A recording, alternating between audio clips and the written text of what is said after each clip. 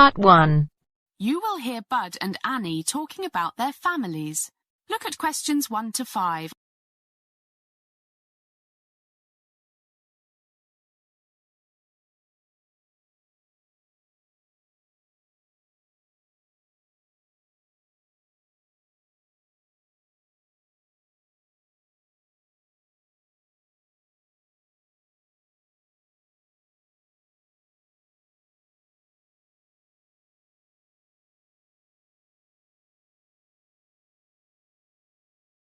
Hi, Annie. How are things?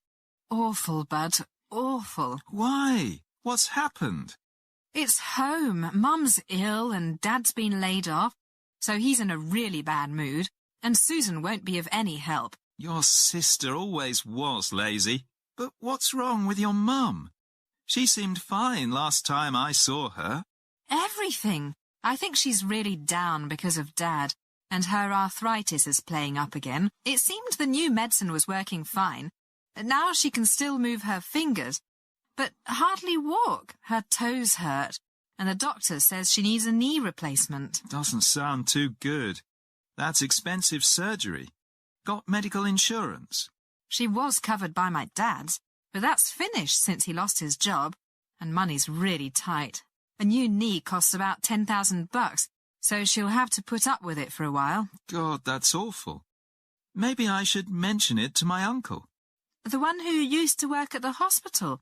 What could he do? I don't know, but he knows all the doctors, and maybe there's a way your mum could get the operation done cheaply. It'll have to be really cheap, because they're having a problem paying the mortgage. And my sister won't help out. She's so selfish. Well, I'll give a try. But what's this problem with your sister? Since she won that beauty competition, she thinks she's been acting so high and mighty. Won't even help Mum with the housework. Look at questions 6 to 10.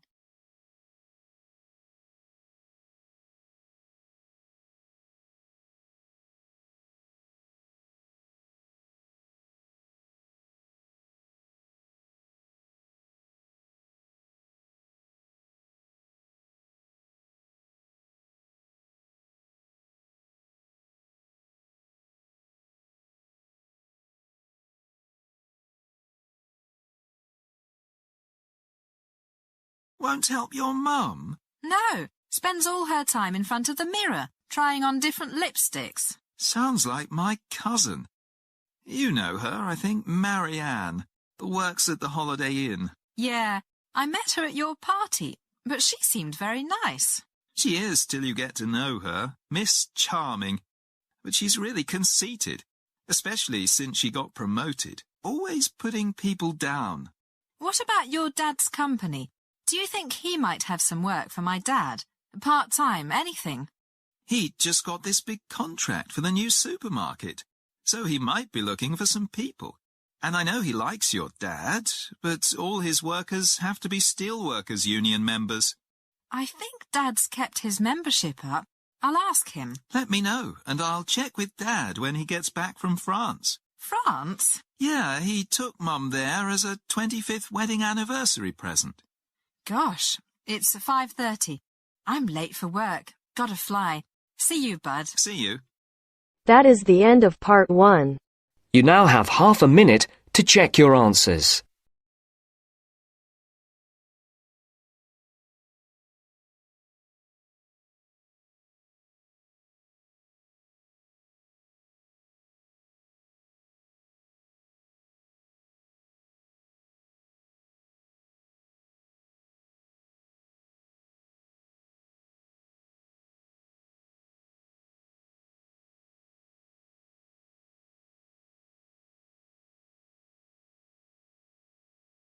Now turns to Part 2. Part 2. You will hear a parent educator talking about childhood accidents. First, you have some time to look at questions 11 to 16.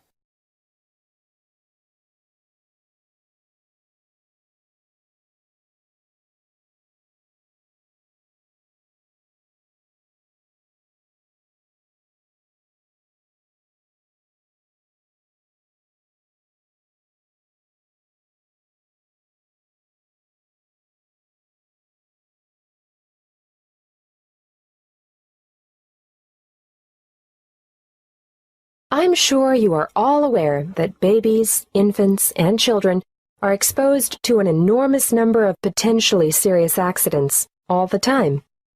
Accidents where vehicles are involved are always awful, but particularly so when children are injured. Now, of course, most should never happen, but unfortunately, the casualty lists increase every year. It still surprises me that so many youngsters fall from shopping carts, for example. With small children, however, the highest proportion of accidents will occur inside the house or in the backyard. Many of the risks are obvious, but are often ill-considered, even in well-organized homes. Older children are exposed to a greater number, for they are also open to the hazards of the adult world. This should be kept well in mind by parents. Education is vital. There are some very good television shows which do the job quite well, but children should be educated from the moment they learn to crawl, and so I'd say the best teachers are parents, who can instill safety habits in the responsive minds of their children by constant repetition. In this way, they will gradually learn to avoid the danger zones. Of course, if they go to preschool, there'll be fewer hazards there, but I'm going to cover a few of the important household areas now. Firstly, kitchen hazards. The family kitchen is actually no place for a child, although children may spend a lot of time there with their mothers. All I can say is never leave saucepans on stoves with their handles jutting out. It's easy for little hands to seize hold of them, and adults can even catch themselves on them too. Scalding is a serious issue for grown-ups and children alike. If you are transporting dangerous items about the kitchen, always look to see where children are standing. Hot items are naturally high risk. Cooking with an infant at your feet can be very dangerous. Be careful with sharp and heavy objects as well. And not the least of dangers is treading on the child, or their hands or feet at any rate. Let's move on to poisoning now. An amazing number of household items are potentially lethal to babies but are often carelessly left around. Bleach, drain cleaner, and similar items should be kept out of reach of infants, who have no idea of their risks. And a word of warning here, never reuse juice bottles as containers for lethal fluids, and never leave these items within access of infants. Playground equipment deserves a mention too. Even in the most skillfully designed playground, accidents occur. We all enjoy the seesaws, but do make sure that they are evenly balanced. Personally, I don't understand the attraction of the roundabout. It makes me feel sick to my stomach, but the little ones enjoy the ride. Swings are great fun, but children just don't understand the danger of a swing suddenly coming back and striking a standing child. The results are often big bruises or even broken bones. Fractured skulls are the worst playground injuries I've seen, and these are common when young ones fall from a height such as the top of a climbing frame. I think the slides are much safer. Whatever your preference, though, be sure to keep a watchful eye on your children in the playground. Before you hear the rest of the talk, you have some time to look at questions 17 to 20.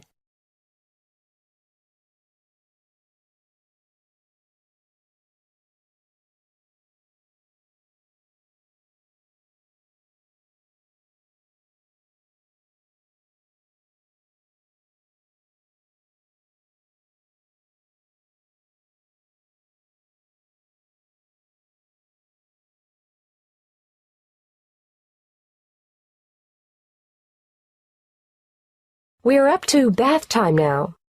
You know that you should never leave a baby alone in a bath, because it's possible for babies to drown in a few centimeters of water. But how many of you have been tempted to go and grab the phone when it rings? My advice to you is to let it ring. And remember when you're filling the bath to put cold water in before the hot to prevent severe scalding, in case baby climbs in before it's ready. Moving on to electrical dangers, first of all, power points. These have a fascination for toddlers, and they'll shove things into the holes like hairpins, nails, screwdrivers, you name it. Points should always be fitted with protective plugs to prevent this. Teach children to respect all electrical appliances because they are all potential hazards. Do I need to mention cigarettes? Unfortunately, I still see parents smoking in spaces where their children have to inhale the cigarette smoke. We all know the dangers of secondhand smoke. But even leaving a packet of cigarettes within reach is dangerous because eating just one cigarette may poison a small child. If quitting the habit is too difficult, please ensure all tobacco products are kept out of reach and smoke outside. Lastly, given our cold winters, I need to warn you about heating systems. Open fires and heaters must be covered by protective devices. Even radiators and other sources of heat, which are attractive to children, can cause a nasty burn on sensitive young skin. Remember, there is never a good time to leave infants by themselves in a room where there is an unprotected source of heat. That is the end of part 2. You now have half a minute to check your answers.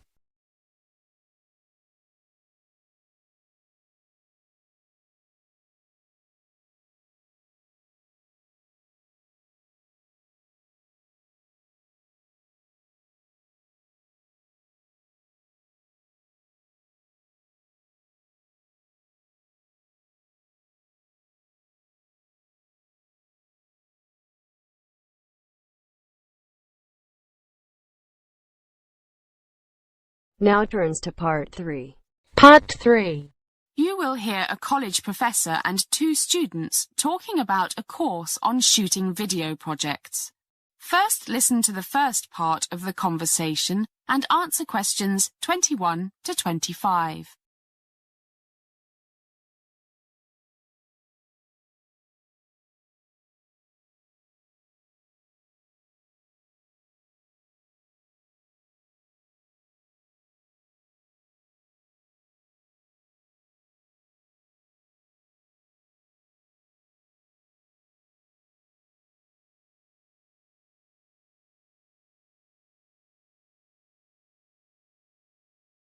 Hi, guys.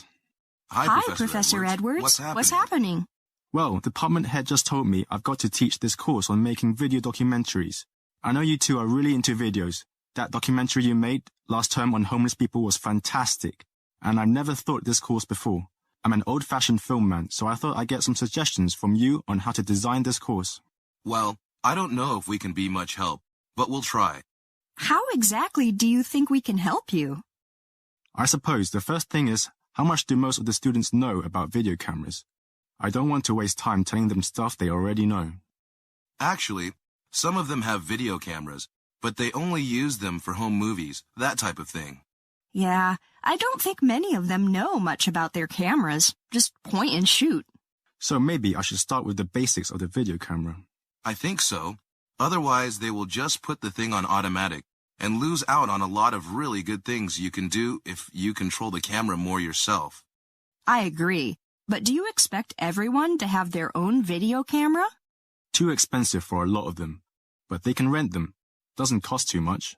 £5 to £15 a day, I think. Depends on the model. The thing I'm most interested in is getting them to plan their projects properly and be creative in their use of what they've got. Doesn't the film department have some cameras students can use? I checked that out. They've only got 3. Probably not enough. Do you think they need broadcast quality cameras? You know, 3 CCDs, expensive stuff.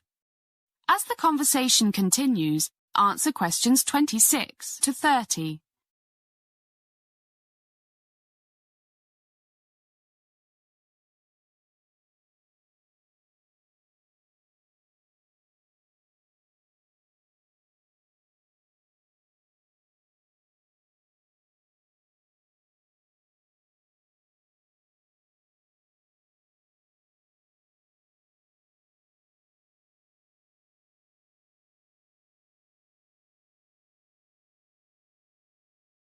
No need. Single CCD. A bit of zoom. Wide angle for indoor stuff and scenery. Basic functions will do. You mean camera angles, shooting from interesting positions, creative lighting, that sort of thing. Kind of. But that's much the same as you teach in your film courses. Guess you're right. but I want to think of things you can do with a video camera that you can't do with a film camera. Aha, secret shooting. Much easier to film people without their knowing with a tiny video camera than it is with a big film camera. Make a little hole in your pocket and off you go. And if you're not happy with something, you just erase it and do it again, if you can. Good point, but there's a question of privacy here. Is it fair to film people without their knowing? Unless you're a cop or something. I suppose it's not, but it's often the only way to get what you want.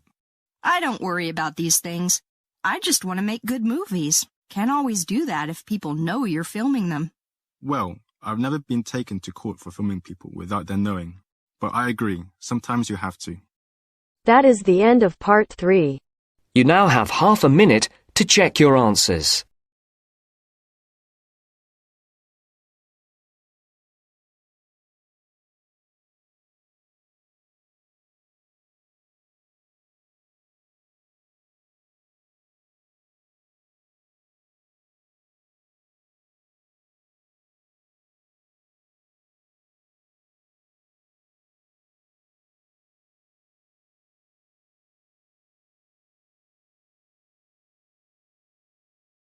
Now turn to Section 4.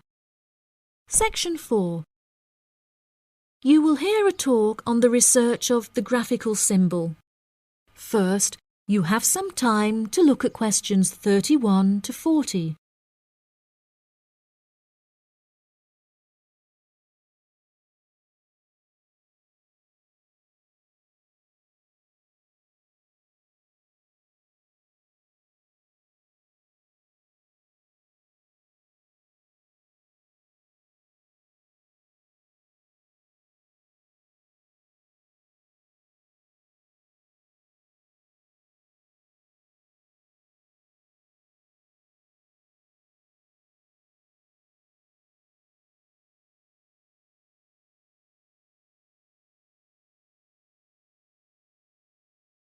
Now listen carefully and answer questions 31 to 40.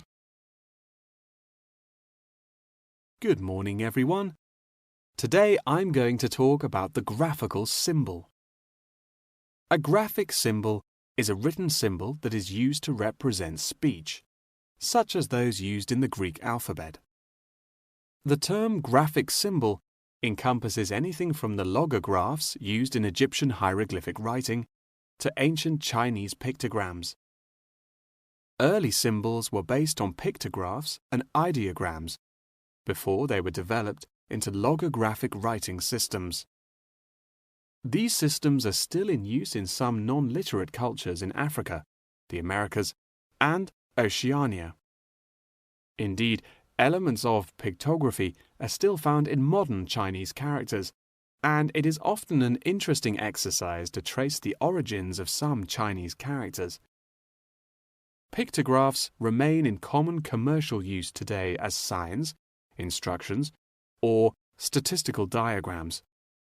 Road signs and public toilet signs, and even flat pack assembly instructions utilizing pictures, are considered pictographic. Ancient graphic writing systems provide researchers with a wealth of knowledge about past civilizations. In 1799, one of the most important historical discoveries was made by accident when members of Napoleon's expedition to Egypt found a stone in Rosetta that exhibited 3 different scripts. The stone, now known as the Rosetta Stone, was studied in significant depth by scholars and was first deciphered by Frenchmen Jean-François Champollion in 1822.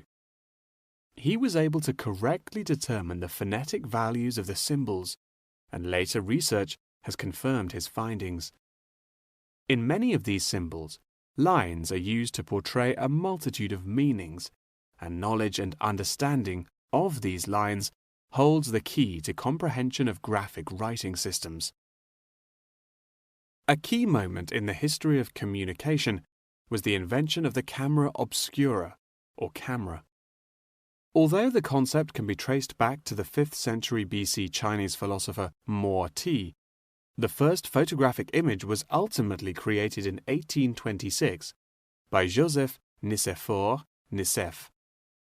Photography, as it was later known, enables researchers to piece together and better understand history. Today, photography forms a huge part of everyday life, and most publications contain a vast number of photographs. Photography is used in advertising and is now becoming a way to increase awareness of existing world issues. For example, animal welfare charities are increasingly using photography to advertise animals that are at high risk of endangerment. Charity workers are sometimes flown to far-flung locations to document the suffering endured by high-risk animals in an attempt to raise human awareness of their consumption activities and how they impact others. One recent high-profile campaign was undertaken by attaching a camera to the foot of a bird in order to obtain photographs of the animals in their natural habitats and understand how often they come into contact with human waste. A soon-to-be-released documentary about the suffering of animals on Midway Island shows the full extent to which human consumption is harming animals thousands of miles away from us.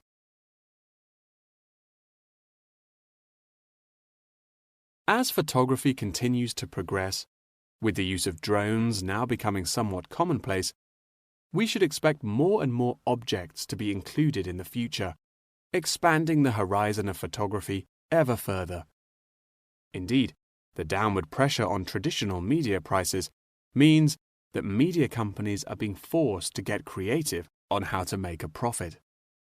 Many have found that the answer to this lies in advertising, and companies are now willing to devote a large portion of their budgets to advertising in newspapers.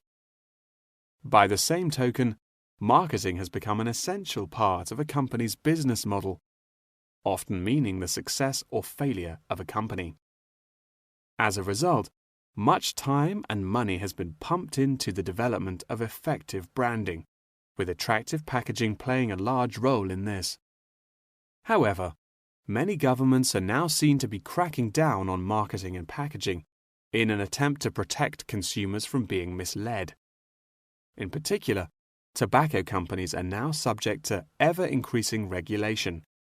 For example, in the United Kingdom, legislation is soon to pass preventing any form of branding or differentiation on cigarette packaging in efforts to curb the harmful effects of smoking.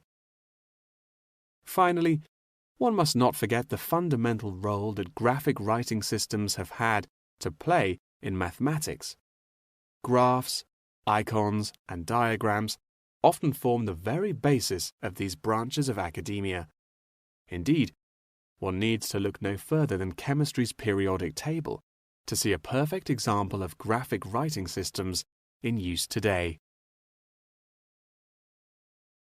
That is the end of section 4. You now have half a minute to check your answers.